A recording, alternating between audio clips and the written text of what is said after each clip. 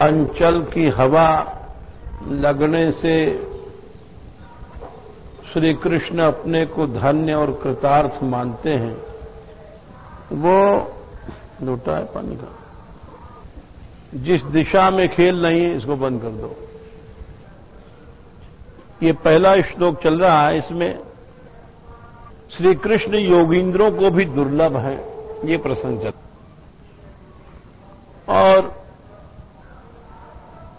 साधारण आदमियों को तो दुर्लभ है ही, योगींद्रों को भी दुर्लभ है। योगींद्रों में ब्रह्मा शिव आदि का उदाहरण आता है। कह रहे हैं कि श्री कृष्ण तो दुर्लभ है ही हैं। अरे श्री कृष्ण के श्री राधिका रानी को छोड़ दो, उनकी सखियों को छोड़ दो, श्री कृष्ण के जो सखा थे छोटे छोटे, ब्रह्मा जी ने जब उनको देखा भगवान के साथ खेलते हुए तो बड़े आश्चर्य हो गए। और आश्चर्य होकर कहते हैं कि देखो, भला आगे कहेंगे श्री जी के बारे में, वहां तो हम पहुंच ही नहीं सकते हैं। वो कहते हैं कि इन ग्वाल बालों को भाग्य देखो, कैसा सुंदर छोटे छोटे बालक हैं। और ये कृष्ण के साथ संसार का जो स्वामी है वो उनका यार है, दोस्त है। रूठते हैं, हराते हैं, जीतते हैं। और कृष्ण इनको इनसे हार मान करके इनके साथ खेलने को तरसता है। इनका भाग्य, बोले अरे रे रे, अहो भाग्यं,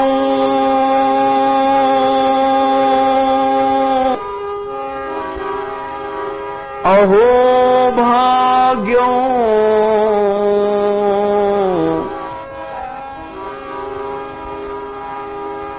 अरे आश्चर्य है इनका भाग्य।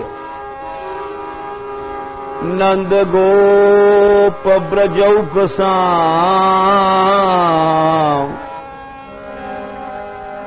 नंद गोप के ब्रज में रहने वाले इन छोटे छोटे बालकों का भाग्य देखो। मैं जगत पिता ब्रह्मा होकर के भी जिन भगवान के सामने, जिन प्रभु के सामने खड़ा होने में संकुचित होता हूं, संकोच करता हूं, वही भगवान जगदीश्वर यन मित्रं परमानंदं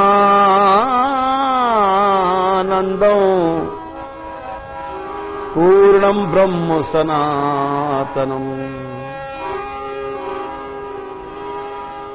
इस ब्रज में ये आश्चर्य है कि इन छोटे छोटे से बच्चों का ये मित्र, यार, दोस्त कौन है? पूर्ण सनातन ब्रह्म है।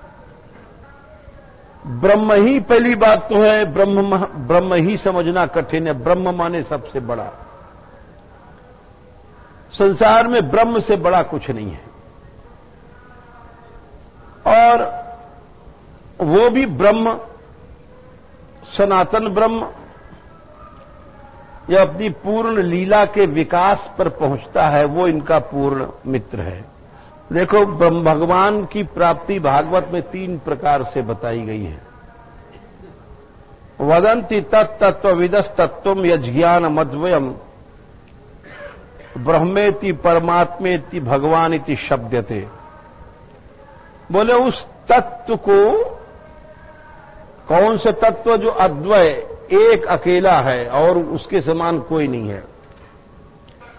उस तत्व को 3 नाम से बताते हैं महात्मा लोग।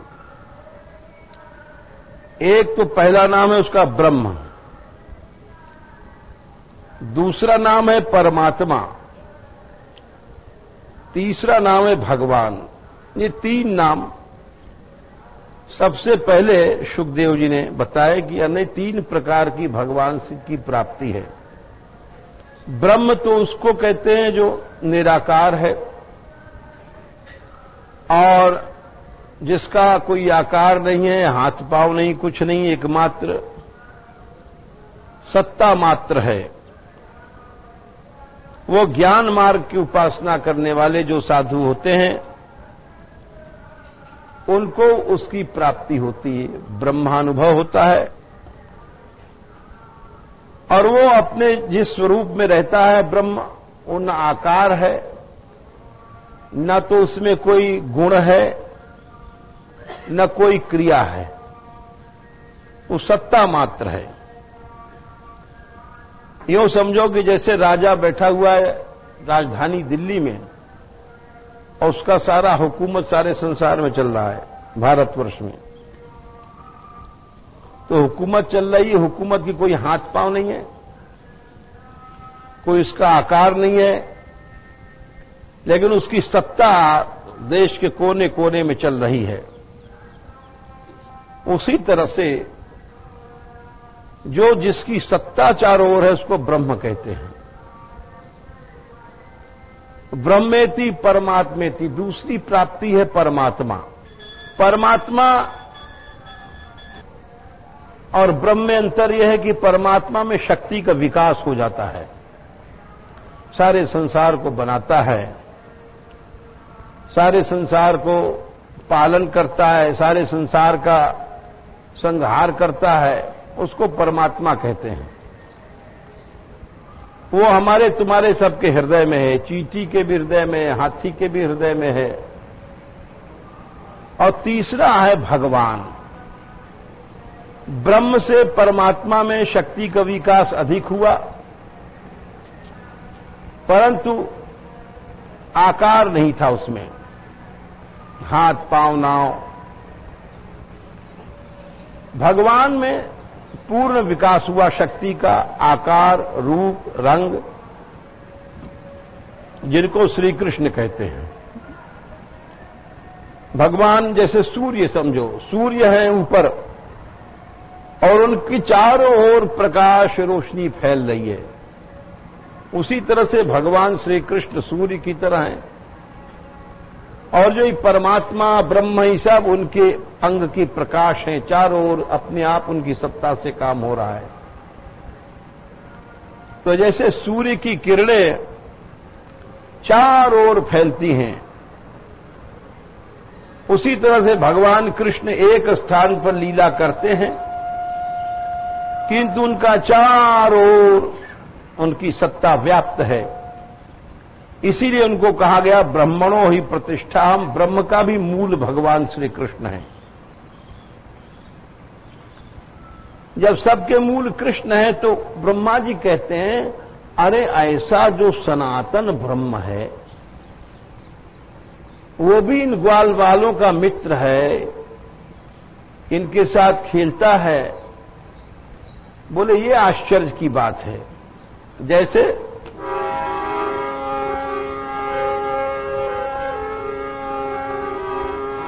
ब्रह्मा जी देख रहे हैं एक खेल श्री कृष्ण के साथ,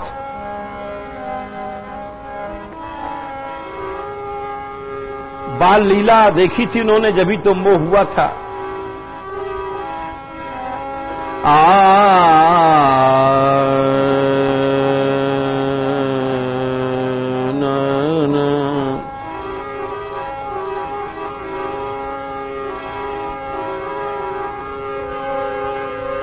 यदि दूरं गतः कृष्णो वनशोभेक्षणायतो अहम पूर्वम इति संस्पृश्य रे मिरे। बड़ा सुंदर वृंदावन है और उस वृंदावन में यमुना जी के किनारे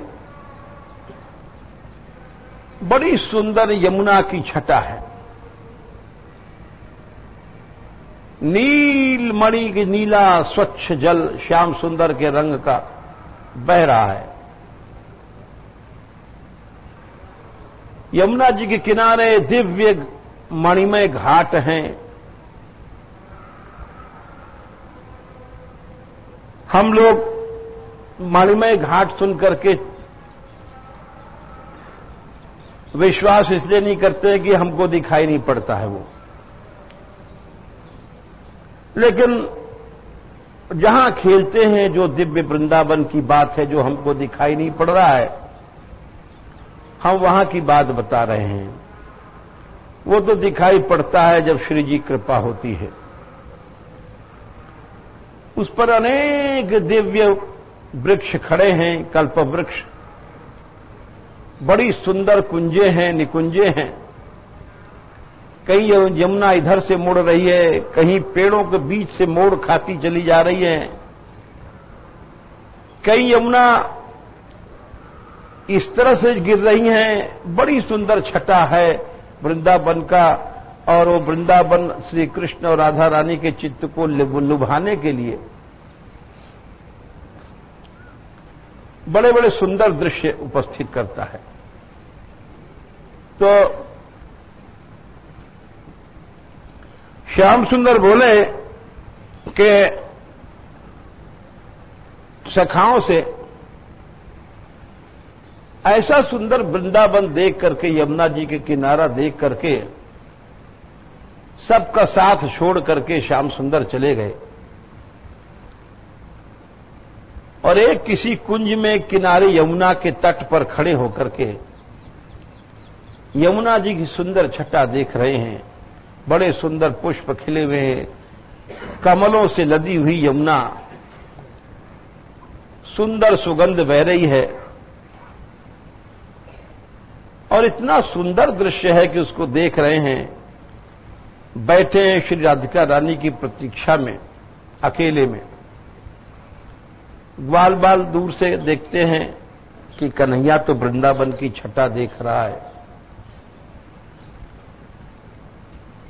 तो चलो हम भी चलें।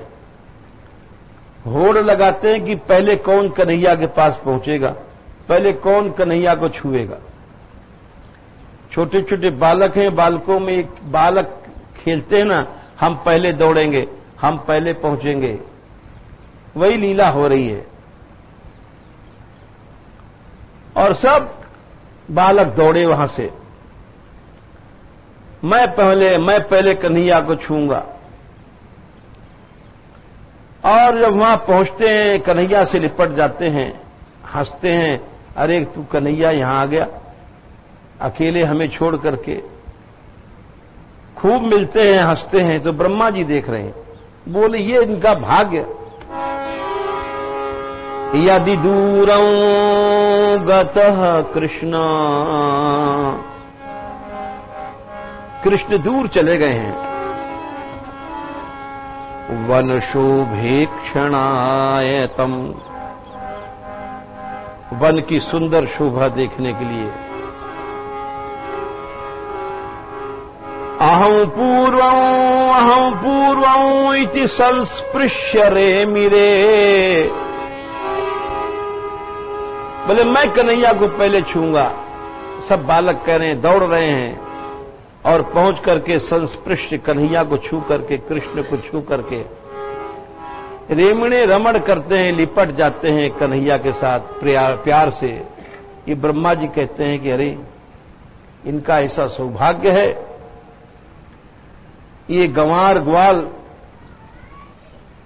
और हमारा इतना ही है कि हम भगवान की कृपा से दूर से देख रहे हैं, यही बहुत बड़ी कृपा है। ये अधिकार ब्रह्मा जी का नहीं है, ये तो भगवान की लीला, जिसको लीला में श्याम सुंदर अधिकार देते हैं वही जाता है। ऐश्वर्य भाव से कोई नहीं जा सकता, उसके लिए एकमात्र प्रेम चाहिए। अहम पूर्वम इति संस्पृश्य रेमिरे। तो ब्रह्मा जी देख रहे हैं कि इनमें होड़ लग गई है ग्वाल बालों में, और संस्पृश्य माने कृष्ण को छूते हैं जाकर के यमुना जी किनारे लिपट जाते हैं। स्पृश धातु माने छूना होता है। तो यहां सुखदेव जी कहते हैं कि संस्पृश्य माने खाली छूते नहीं हैं। खाली छूने से क्या पेट भरेगा। संस्पृश्य माने जाकर के कन्हैया से लिपट गए। सम्यक प्रकारेण स्पृश्य। और रेमिड़े वहां खेल रहे हैं, रमण कर रहे हैं, ये बात ब्रह्मा जी ने देखा। जब ब्रह्मा जी ने देखा तो उन्होंने कहा कि धन्य है ऐसा भाग्य। और यहां तक ब्रह्मा जी बोले, ये जो हम बता रहे हैं कि ब्रह्मा योगींद्र दुर्गम गति, तो ब्रह्मा जी तो यहां तक बोले, जब कृष्ण की स्तुति कर रहे ब्रह्मा जी बोलते हैं कि महाराज, यानी ब्रह्मा कहां तो मर गए थे, कल हमने आपको सुनाया था, कह परेतवदुत्थित ततरो अर्वाग प्रतिलब्धाक्ष। मुश्किल से उनकी चेतना लौटी। और कह परेतवद उत्थित, जैसे कोई मर के खड़ा होता है, ऐसे ब्रह्मा जी मर के खड़े भये। और कृच्छ्राद्रुन्मील्य वही दृष्टि राचष्टेदम सहात्मना, और मुश्किल से अपनी आंख खोल पाए। इतने डर गए ब्रह्मा जी भगवान का ईश्वर देख करके। लेकिन डरे भय होने पर भी एक बात ब्रह्मा जी ऐसी कह गए, जिसको कहा जाए कि भगवान के भगवान पने पर प्रश्न का चिन्ह लगा दिया, प्रश्न लगा दिया। जैसे कोई आदमी किसी के पास जाए, राजा के पास, और कहे, बड़ा डर जाए, राजा साहब आप बड़े न्यायी हैं, दंड देते हैं, वो है, लेकिन पूछे आपका क्या यही न्याय है राजा साहब, तो सारी सभा चौंक जाएगी कि राजा के लिए ऐसा क्यों कह रहा है। राजा के राजा पने पर प्रश्न लगा रहा है,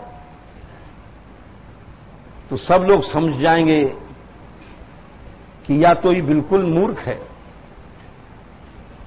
या तो इसके भीतर कोई रहस्य है, कोई सच्चाई है। दो ही बात हो सकती है, या तो पागल ऐसा कोई कहेगा, या कोई ऐसी कोई बात भई होगी जिससे इससे राजा के सामने ऐसी हिम्मत भई कहने की, राजा को भी फटकारने की ऐसी हिम्मत भई। तो ब्रह्मा जी स्तुति करते करते बहुत स्तुति किया उन्होंने। हम आपके गर्भ के बच्चा हैं, यहां तक लिखा उन्होंने। ब्रह्मा जी ने कहा, मेरी नीचता तो देखिए, पश्येश में नार्यम अनंत आद्य अपरात्मनि त्वय्यपि माई मायिनी मायां वितत्यक्षितुम आत्म वैभव हेम कियान इच्छम युवार्चिराग्नौ। मेरी नीचता तो देखिए, हमने सब बछड़ा उछड़ा चुरा करके आपकी महिमा देखना चाहा, आपका बड़प्पन। लेकिन एक बात है, आप हमारी मां हैं। पिता भी नहीं कहा ब्रह्मा जी ने, मां कहा। क्यों? एक बात और है, यो तो पिता भी पिता ही है, पिता ना हो तो बच्चा कहां से बन जाएगा। और पिता को कहीं कहीं मां से भी बड़ा बताया गया है, कहीं कहीं मां को पिता से बड़ा बताया गया है, बहुत तरह के वाक्य हैं। परंतु जो प्यार मां से मिलता है बच्चे को, शिशु को, वो पिता से नहीं मिल सकता। ये तो निश्चित बात है। माता बच्चे को दूध पिलाएगी, पिता क्या पिलाएगा? माता बच्चे को पालन पोषण करती है, गूमूत धोती है, लिटाती है, नहलाती धुलाती ही। पिता क्या करेगा? पिता करेगा ज्यादा तो कुछ देर खिला लेगा ले करके, ऐसे ऐसे करके। इसीलिए जब वात्सल्यता की बात आ जाती है तब हर भक्त अपने को पुत्र कहता है और भगवान को मां कहता है। अब वही बात ब्रह्मा जी ने किया, सब ऐसे ही करते हैं। यहां कबीरदास जी ने कहा है भगवान के लिए, पिता नहीं कहा। वो कहते हैं मध्यम सा हरि जननी में बालक तेरा, हरिजन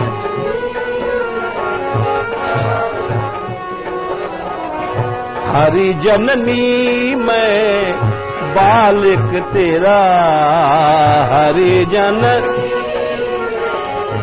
हे हरि, तू मेरी मां है। कहना चाहिए पिता, लेकिन कहते हैं मां।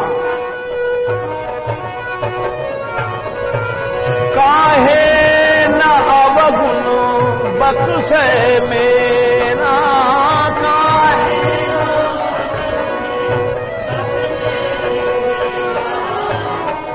हे मां, तुम मुझे क्यों नहीं बख्शती है? मेरे अपराधों को क्यों नहीं क्षमा करती है? हे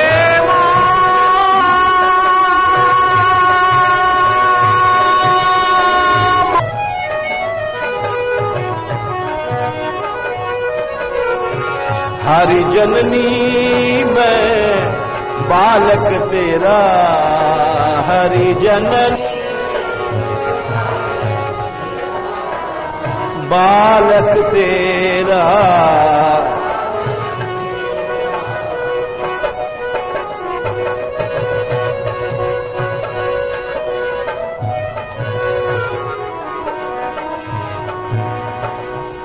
तो वही बात ब्रह्मा जी कहते हैं। ब्रह्मा जी कहते हैं कि उत्क्षेपणम गर्भगतस्य पादयोः किं कल्पते मातुर अधोक्षजाग से, किमस्ति नास्ति व्यपदेश भूषितम तवास्ति कुक्षे कियदप्यनंत।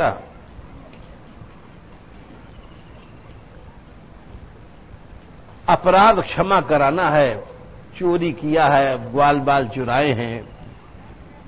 कन्हैया जी के साथ जो ग्वाल बाल छोटे छोटे खेल रहे थे, कोई गेंद बच्ची खेल रहा, कोई भड़ूरू, कोई आंख मिचौनी, ऐसे जो कृष्ण के मित्र सखा थे उनको ब्रह्मा चुरा के ले गए थे, बछड़ों को चुरा के ले गए थे।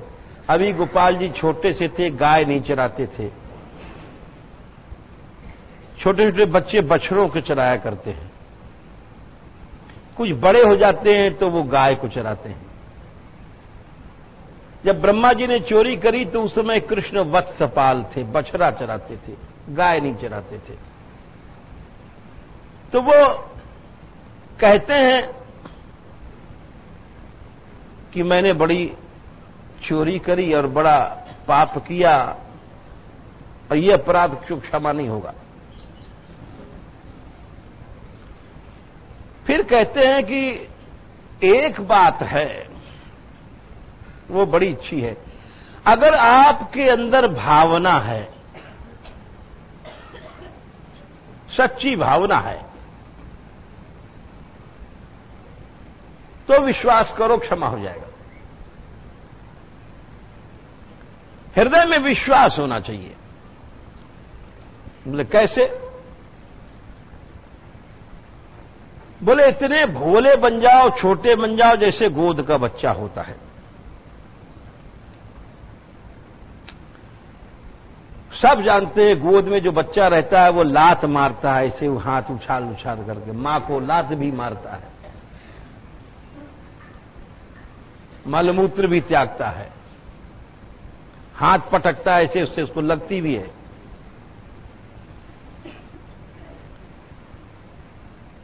लेकिन मां कभी नहीं सोचती, इसी को वात्सल्य कहते हैं। ब्रह्मा जी एक और बात बोलते हैं, बोले गोद का बच्चा तो फिर भी बड़ा होता है, मैं तो आपके पेट के भीतर का बच्चा हूं, और जो पेट के भीतर बच्चा होता है वो भीतर करवट भी बदलता है, और जब हिलता डुलता है तो मां को अनुभव भी होता है कि बच्चा हिल रहा है, ऐसा लिखा है। और लेकिन उस अपराध को मां सहती है और प्रसन्न होती है, गुस्सा नहीं करती है, उसी को मां कहा गया है।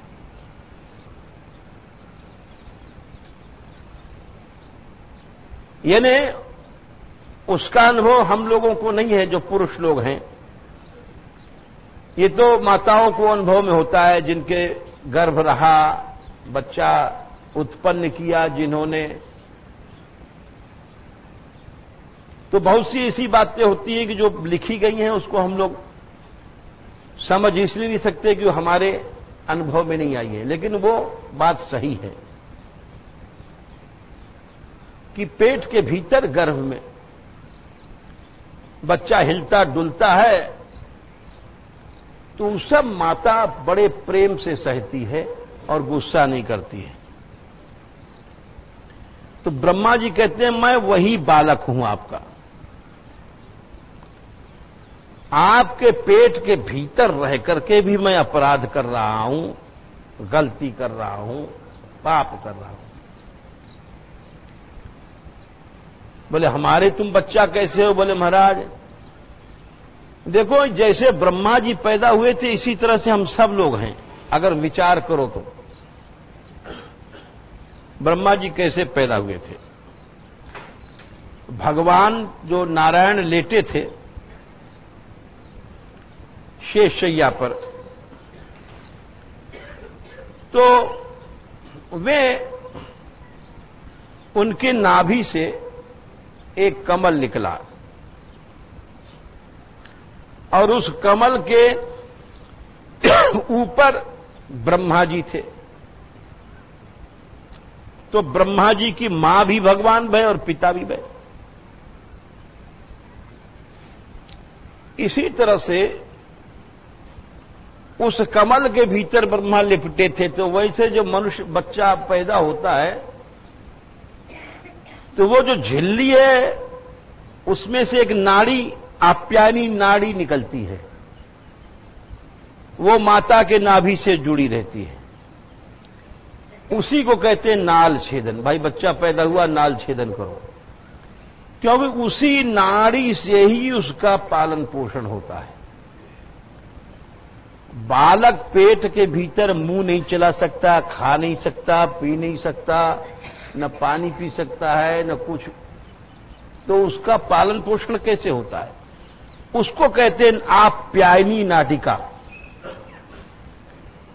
यानी माता जो कुछ खाएगी पिएगी उसका रस उस नाड़ी से वहां पहुंचता है। जैसे डॉक्टर लोग कि कोई खा नहीं सकता है तो उसके नाक से ऐसे नाड़ी से सब भोजन पहुंचा देते हैं,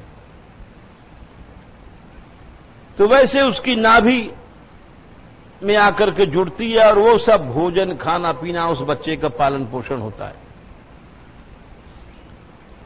तो वो नाभि से जैसे कमल पैदा हुआ और कमल पर लड़का था, उसी तरह से बालक भी समझो। उस झिल्ली में, झिल्ली क्या है? कमल है, और नाल क्या है? वो नाडिका है। तो हर जगह वो जो ब्रह्मा जी पैदा हुए थे वही पैदा होने की जो प्रक्रिया है वो सब जगह है, हर जगह वही है। इसीलिए प्रभु हमने जो कुछ चोरी चकोरी किया, आपकी हाथ पांव फेंका हमने, आप उस पर रीझ जाओ। कैसी कोमल भावना है। यानी इसका मतलब कि अगर हम लोगों में दीनता आ जाए, छोटापन, तो हमारे पाप सब क्षमा हो जाएंगे।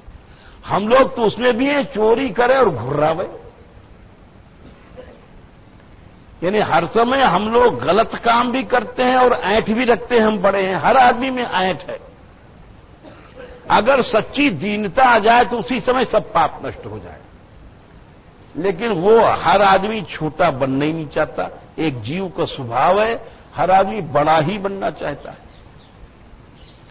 यहां तक कि हमारे जैसे लोग साधु भिक्षा भी मांगेंगे तो उसमें भी आकड़ रखते हैं, नहीं देगी ये हो जाएगा, वो हो जाएगा, निराश प्याते नाराज होते। अरे मान राखबो मांगबो ये दो निबहत ना है। जब राजा बलि के यहां भगवान भिक्षा मांगने गए, उनको भी छोटा 52 अंगुल का बनना पड़ा। भिक्षुक तो भिक्षुक के रूप से रहता है। हम लोगों को क्रोध का अधिकार नहीं है, लेकिन ये अहम नहीं जलता है। भिक्षा मांगो, छोटे से छोटे बन जाओ, फटे फटे कपड़े पहन लो, फिर भी अहम नहीं जलता है। और यही सब पाप की जड़ है। अगर सब कुछ साधन छोड़ करके आदमी छोटा, हृदय से छोटा बन जाए, ऊपर से छोटा नहीं बनना, तो उसी समय उसके सारे पाप जल जाते हैं। यही बात ब्रह्मा जी बता रहे हैं। वो कहते हैं इतने छोटे बन जाओ कि जैसे माता के पेट के भीतर एक बच्चा है, वो बाहर भी निकला है, गर्भ के भीतर ही डोल रहा है। उतने छोटे ब्रह्मा जी कहते हैं हम प्रभु आपके ऐसे छोटे लड़के हैं, अभी तो हम गर्भ के बाहर भी नहीं निकले हैं, तुम्हारे पेट के भीतर ही हाथ पांव फेंक रहे हैं। उत्क्षेपणम गर्भगतस्य पादयो किं कल्पते मातुरधोक्षजा आगसे। क्या मां उसको अपराध समझती है? बच्चा हाथ पांव फेंक रहा है पेट के भीतर, नहीं। किमस्ति नास्ति व्यपदेश भूषितम तवास्तु कुक्षे कियदप्यनंतः। बोले हर चीज आपके पेट के भीतर है। अब देखो हमने क्यों बताया कि ब्रह्मा जी इतने छोटे बन गए। गोद के बच्चा नहीं, गर्भ के बच्चा। लेकिन इतने छोटे बनने पर भी उन्होंने श्री कृष्ण को लताड़ लगा दिया। ये कितनी बड़ी हिम्मत थी। ये उल्टी बात है। अरे इतने छोटे होकर के भी तुम कृष्ण को लताड़ लगा रहे हो, क्यों? ये तुम्हारे में ताकत कहां से आई? बोले ये ताकत आई भक्तों से प्रेम करने से। अगर भक्तों से तुम्हारा प्रेम है तो भगवान अपने आप तुम्हारे दास बन जाएंगे।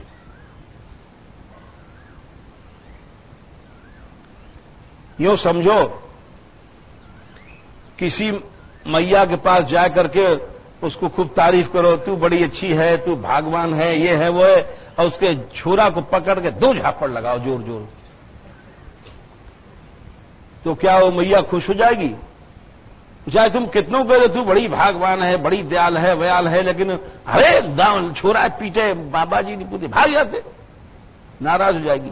और अगर आप मैया से कुछ मत कहो, उसकी तारीफ वारीफ कुछ मत करो, और जाके उसको बच्चे को प्रसाद दो, प्यार करो, अरे बड़ा अच्छा लड़का है वो है, अरे बाबा सब तेरी दया है, अपने आप खुश हो जाएगी। तो यानी जो ये बात कही गई, मोरे मन प्रभु अस विश्वासा, राम ते अधिक राम कर दासा, तो ब्रह्मा जी यहां अभी तो कह रहे हैं कि हम तुम्हारे गर्भ के बच्चा हैं, अब घुराने लग गए कृष्ण से। बोले क्यों? ब्रह्मा जी बोलते हैं, एषाम घोष निवासिनाम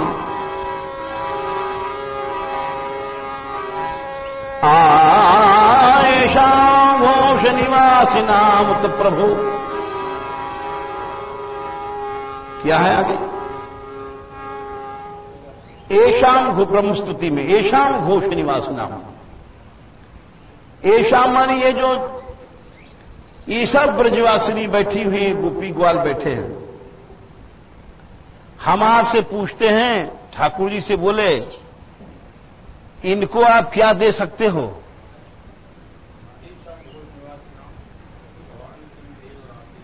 हाँ बस ठीक, समझ गए। हे देव, आप तो हो परमेश्वर भगवान, लेकिन इन ब्रज गोपियों की और ग्वाल, इन गोपियों को आप क्या दे सकते हो? आपके पास कुछ है देने का? ब्रह्मा जी लताड़ लगाने लग गए। अरे अभी तो तुम हाथ जोड़ रहे थे। बोले क्यों? बोले अब गोपियों का पक्ष ले लिया, धींगरी है।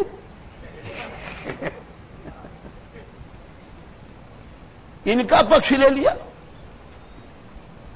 तो वही कह रहे हैं, येषां घोष निवासिनां उत प्रभो किम देवरातेति नस। क्यों राता, आप इन गोपियों को क्या दे सकते हैं? किम देवरातेति नश्चेतो विश्वफलात् फलम त्वदपरम कुत्राप्ययन मुह्यति। बोले हमको बड़ा संदेह है कि आप इन गोपियों को कुछ नहीं दे सकते हो। बोले क्यों? बोले महाराज, लोग कहते हैं कृष्ण बड़े दयालु हैं, बड़े दयालु हैं। बोले कैसे पता दयालु हैं? अरे जहर प्यावे आई पूतना अपने स्तनन में विष को लगा करके कि जहर पिला करके या छोरा मार डालूंगी। 6 दिना के है कन्हैया जब, और जहर को लगा करके स्तन दे दिया, और भगवान ने उनको अपनी माता की दे दिया गति, अपना स्वरूप दे दिया। कितने दयालु हैं। यानी समझो जहर पिलाने वाली को उन्होंने अपना स्वरूप दे दिया। तो अब ब्रह्मा जी पूछते हैं कि जब आप जहर पिलाने वाली को अपना स्वरूप दे सकते हो, आपसे बड़ा तो कुछ नहीं है, तो जिन्होंने आपको जहर पिलाया वो तो आपका स्वरूप पा गई, और जिन्होंने अमृत दूध पिलाया उनको क्या दोगे?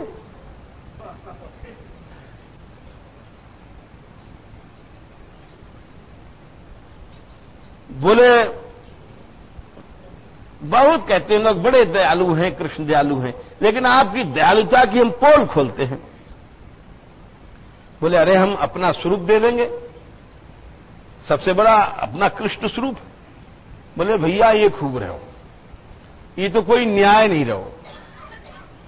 ये तो वही बात है कि गुरु चेला है,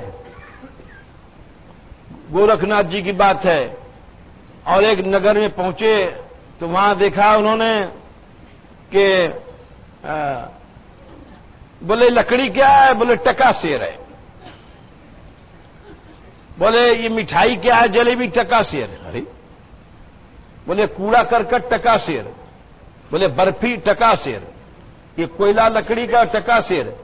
बोले ये भैया ये क्या बात है? बोले अंधेर नगरी और चौपट राजा, और टके सेर भाजी और टके सेर खाजा। मूली ले लो वो भी टका सेर, और घी ले लो वो भी टका सेर। हर चीज टका सेर है। तो चेला बोलो गुरुदेव, हाँ अब तो ही धूनी गाड़ दो,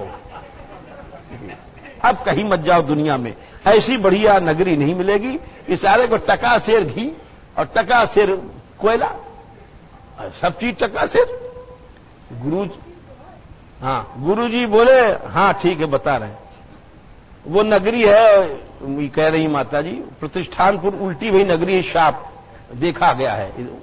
तो वो सच्ची घटना है। तो गुरुजी बोले कि बेटा ऐसे नगर में नहीं रहना चाहिए, क्योंकि वहां जहां न्याय नहीं है। अरे कोई न्याय थोड़ी है कि टका सेर घी भी ले लो और टका सेर मिर्ची भी ले लो और टका सेर संखिया भी ले लो। लेकिन चेला हमारे जैसे था, बोले महाराज अब तो यहीं रहेंगे, जलेबी टका सेर लो और लकड़ी से। तो ठीक है भाई, अच्छा तो बेटा तेरा कल्याण तो होगा नहीं यहां रहने से, तू जीव के लालच में फंस गया है, लेकिन मुसीबत पड़े तो हमें याद कर लेना। चेला बोला हाँ गुरुजी ठीक है। अरे अब क्या मुसीबत क्या होगी? टका सिर जलेबी है, टका सिर बर्फी है, टका सिर रबड़ी है। अब मुसीबत क्या होगी? मुसीबत क्या होगी? चाहे जो चीज खा लो सारे को। गुरुजी तो चले गए, अब वो खूब खावे लगे चेला साहब, रोज सवेरे मारे रबड़ी, कहीं जलेबी। अब वो 2-4 महीना में ऐसे भारी हो गए, दम प्लाट। अब एक दिन बैठे बैठे वो गरम गरम सवेरे पहुंच करके जलेबी 2-4 किलो खा रहे थे। उतने में सिपाही आए और देखा इसको, बोले ये ठीक है, ये ठीक है।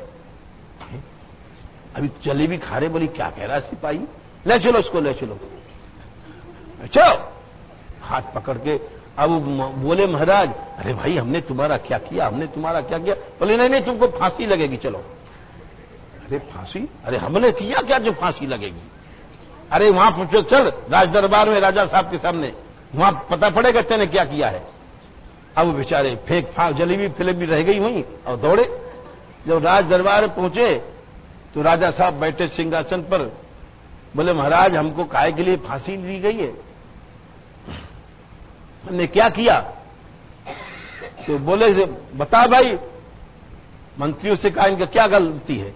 बोले भाई तुम्हारी गलती है कि देखो एक आदमी की दीवार गिर पड़ी थी, दीवार गिरने से जो ढोर थे उसके खत्म हो गए, तो उसने हमारे यहां मुकदमा दायर किया, राज दरबार में पुकार किया कि इसकी दीवार से हमारी जो बछिया उछिया मर गई है। तो हमारे यहां न्याय है, सबके साथ न्याय किया जाता है। हमने फैसला किया कि जिसकी दीवार गिर गई उसको फांसी दे दो। बोले फिर जब उसको लाया गया, वो उसने बताया कि हुजूर मेरी गलती कुछ नहीं है, ये तो कारीगर ने ऐसी दीवार गड़बड़ बनाई। बोला कारीगर को फांसी दे दो। अब कारीगर बुलाया गया, जब उसको ले गए फांसी के फंदे के पास, बोले हुजूर मेरी कोई गलती नहीं है, वो जो चिश्ती था मसाला बनाने वाला बेलदार, उसने ऐसा गड़बड़ मसाला बना दिया। बोले उसको लाओ उसको। वो बेचारा गरीब आदमी था, उसको पकड़ के लाए। अब सोचता है कि क्या करें। बोले हुजूर मेरी क्या गलती है? वो जिसमें हम पानी ला रहे थे बैंगी में, वो गड़बड़ बनाया था, उसमें छेद था, इसलिए मसाला गड़बड़। बोले उसको लाओ पकड़ करके। उसको लाए। बोले हमारे क्या करें साहब, वो जो चमड़े की बैंगी थी वो एक ऐसे ढोर को बनाया, किसी गरीब कोई उसकी भैंस मरी थी। अब ऐसी भैंस कमजोर रखा क्यों कि कमजोर मरी भैंस की खाल थी, हमारी क्या गलती? बोले उस भैंस वाले को पकड़ के लाओ। उस भैंस वाले को फांसी के लिए चढ़ाया गया। अब वो बहुत कमजोर गरीब आदमी, उसकी भैंस मर गई थी। तो जब चढ़ाया तो हुजूर इसका फंदा फिट नहीं बैठता, इसे बड़ा। बोला अच्छा ठीक, किसी को पकड़ के लाओ जिसका फंदा ठीक बैठ जाए। तो तुमको जलेबी, महात्मा जी तुमको जलेबी खा रहे, तुमको पकड़ के लाया गया, तुम्हारा फंदा ठीक बैठ गया है। अब उनको याद आई कि गुरुजी ने ठीक कहा था अंधेर नगरी में मत रहना। अब वो याद कर रहे हैं भीतर से, हे गुरुदेव जल्दी आओ हमारा प्राण बचाओ। सो गुरुदेव प्रकट भये। गोरखनाथ जी सिद्ध थे, वो आए और बोले अच्छा तेरी आखिरी इच्छा क्या है मरते समय की? बोले गुरुदेव का दर्शन करना चाहते हैं। बोले गुरुदेव आगे गए, बोले देख हमने कहा था तू अंधेर नगरी में मत रहना, तू नहीं माना। एक काम कर, अब भी बचने के उपाय कि हम तू दोनों मारपीट करें। तू कहे हम फंदा पर चढ़े, हम कहे हम फंदा पर चढ़ेंगे।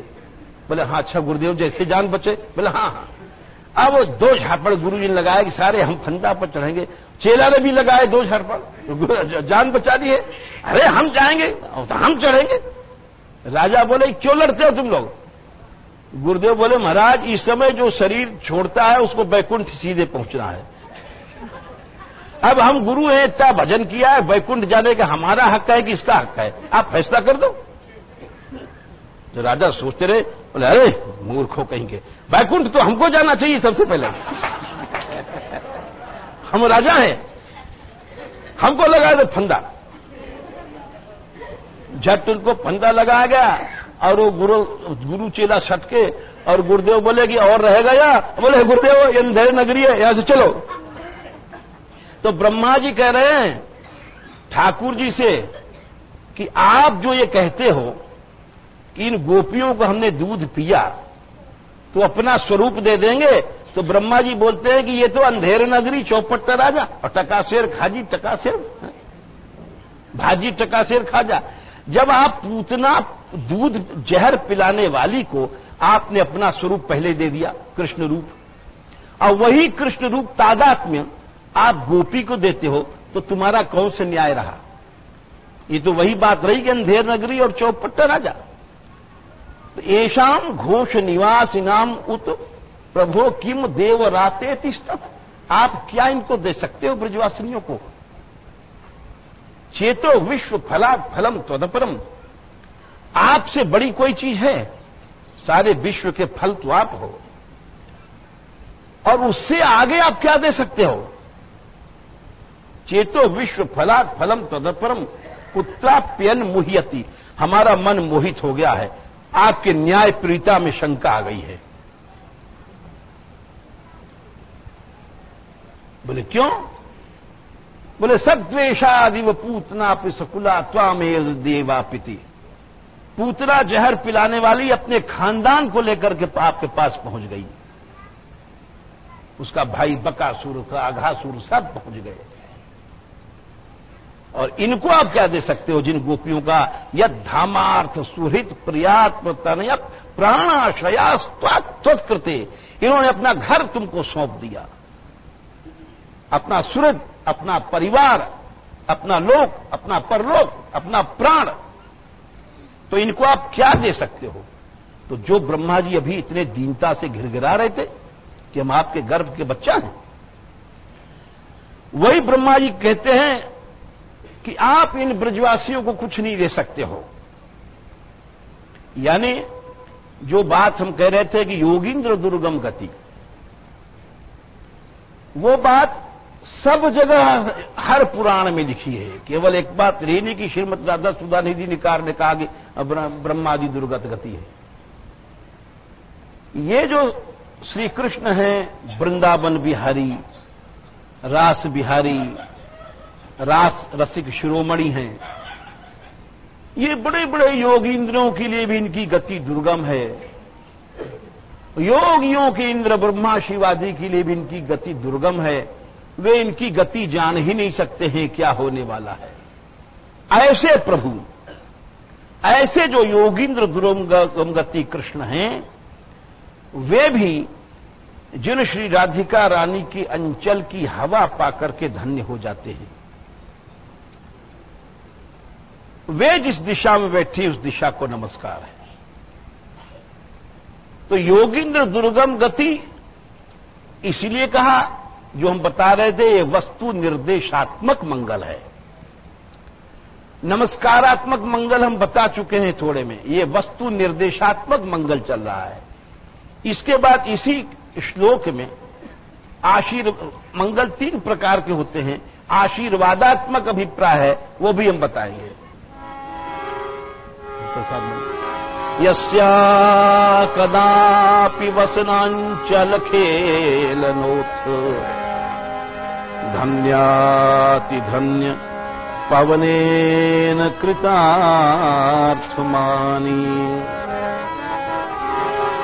योगींद्र दुर्गम गतिर्मधुसूदनोऽपि तस्या नमोस्तु वृषभानुभुवो दिशेऽपि।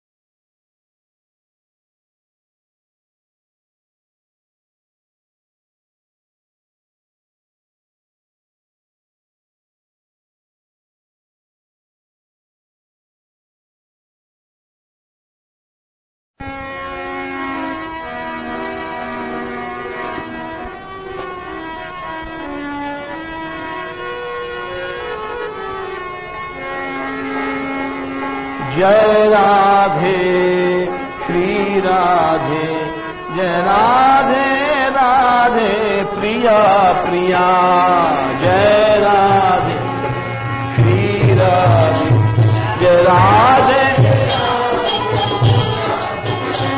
जय राधे राधे प्रिया प्रिया जय राधे राधे प्रिया प्रिया जय राधे श्री राधे जय राधे राधे प्रिया प्रिया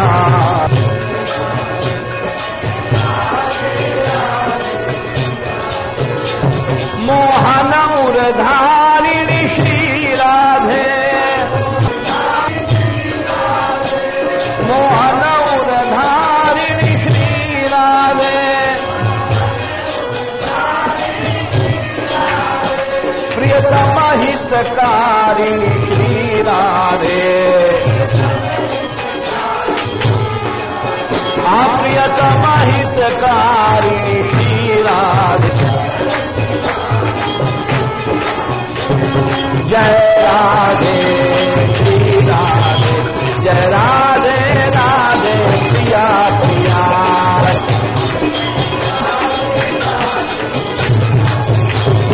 जय राधे श्री राधे जय राधे राधे प्रिया प्रिया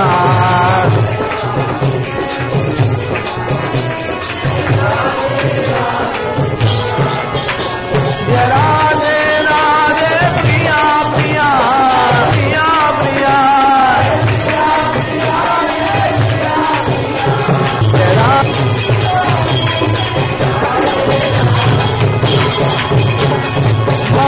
बिहारिणी श्री राधे श्रीमान बिहारिणी श्री राधे जय जय लाल बिहारिणी श्री राधे कैलाश बिहारिणी श्री राधे जय राधे श्री राधे जय राधे राधे प्रिया प्रिया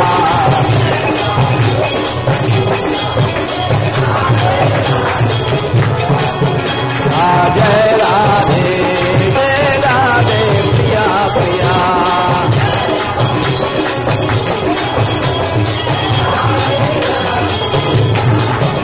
जय राधे राधे प्रिया प्रिया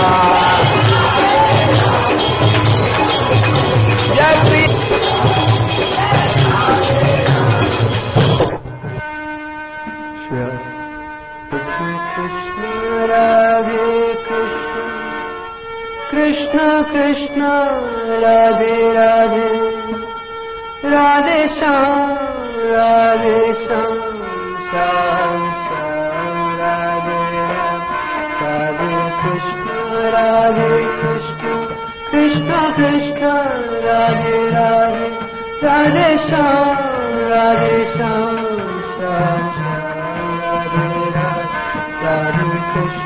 राधे कृष्ण कृष्ण कृष्ण राधे राधे राधे श्याम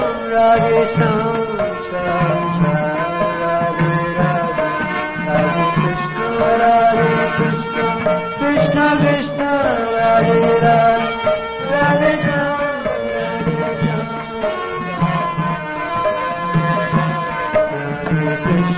राधे कृष्ण कृष्ण कृष्ण राधे राधे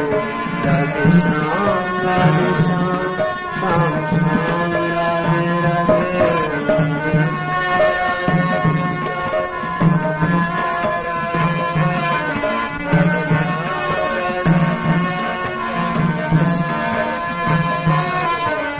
कृष्ण राधे कृष्ण कृष्ण कृष्ण राधे राधे राधे श्याम राधे श्याम श्याम श्याम राधे राधे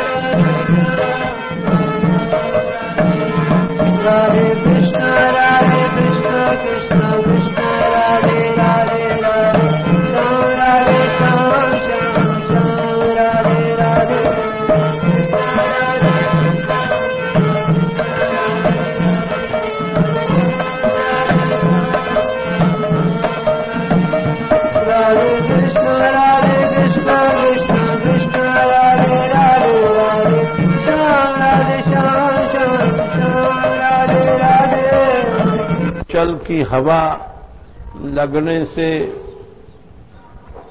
श्री कृष्ण अपने को धन्य और कृतार्थ मानते हैं।